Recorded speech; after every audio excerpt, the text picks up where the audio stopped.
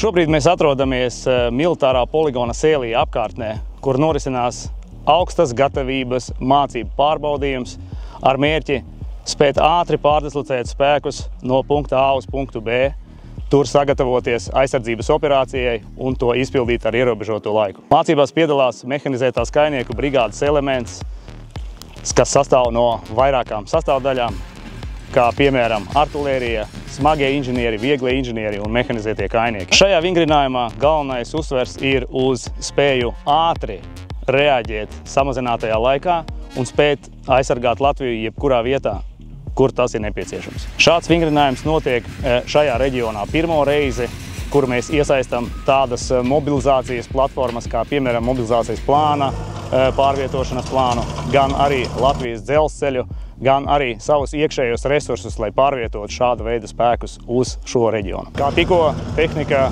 nonāks no rampām, tad nekavējoties karavīri pārvietosies uz savu operācijas rajonu, kur uzsāks gatavošanos kaujai ar inženieriem, raksies iekšā ierakumos, saglabās savu izdzīvot spēju, liks dronu noteiktajā teritorijā un turpinās tālāk tad ar aizsardzību. Šis ir vēsturisks notikums, kad Nacionālajie bruņotie spēki testēja savu spēju pārvietot militāro tehniku, kaujas tehniku sadarbībā ar Latvijas dzelzceļu.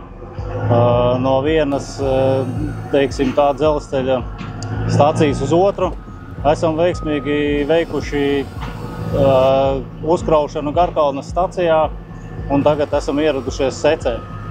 Pārvietošanas koordinācijas centrs sadarbībā ar Sauszemes spēku brigādi un citām iesaistītām vienībām organizē militārās tehnikas pārvietošanu.